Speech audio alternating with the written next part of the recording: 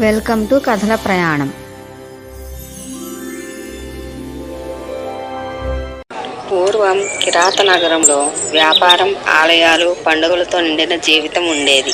కిరాత నగరంలో దేవరాజు అనే బ్రాహ్మణుడు ఉండేవాడు. పేరుకి బ్రాహ్మణుడే కానీ అతనిలో ఆ లక్షణాలు ఏమీ ఉండేవి కావు. సంధ్యావందనం, పూజ ఏవి అతనిలో కనబడేవి కావు. ధనార్జనే ప్రధాన వృత్తిగా ఉండేవాడు. డబ్బే దైవంగా భావించే దేవరాజు ఒకరోజు స్నానానికి జలాశయాన్ని దగ్గరికి వెళ్ళాడు. అక్కడ అతను శోభవతిని చూశాడు. ఆమె సౌందర్యం అతన్ని బంధించింది.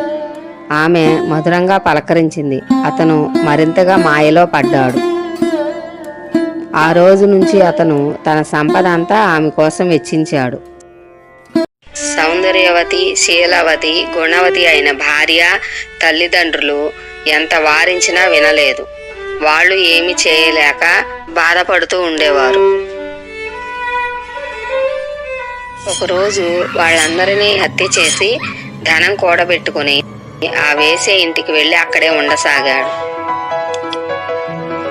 ప్రతి రాత్రి విలాసం, మద్యం, విందులతో, వాంఛలతో, నృత్యాలతో రోజు గడిచిపోయేది.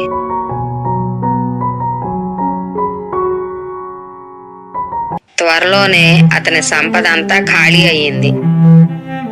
ఆమె ముఖంలో అతనిపై మమకారం మాయమైంది. ఆఖరికి ఆమె అతన్ని ఇంటి నుండి బయటికి తోసేసింది. రోగంతో బాధపడుతూ ఒంటరిగా వీధుల్లో తిరిగాడు. చివరికి అతను శివాలయంలోకి చేరుకున్నాడు. అక్కడ శివపురాణం విని అతని మనసు ప్రశాంతమైంది. ఆ శివపురాణం, అతని ఆయుర్దాయం రెండూ ఒకరోజు పూర్తి అయ్యాయి. ఆకాశం మేఘాలతో నిండిపోయింది. మెరుపులు చెలరేగుతున్నాయి.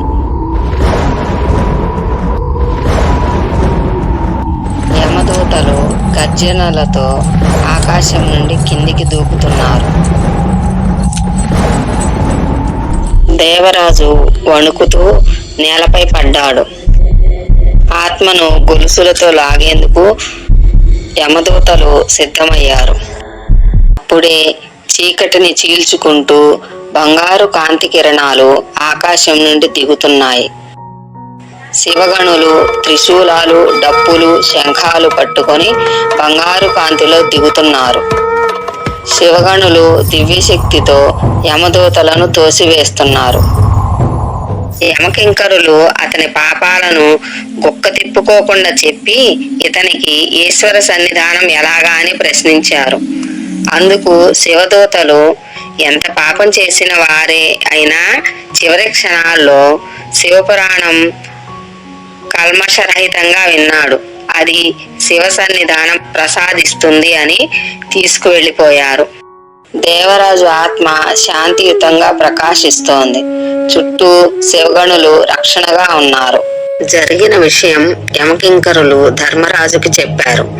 అందుకు యమధర్మరాజు వాళ్ళకి శివపురాణం మహత్యం వినిపించారు.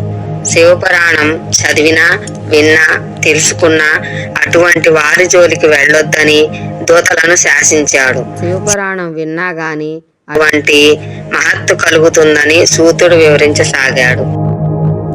ఈ స్టోరీ మీకు నచ్చినట్లయితే please like, share and subscribe. Thank you.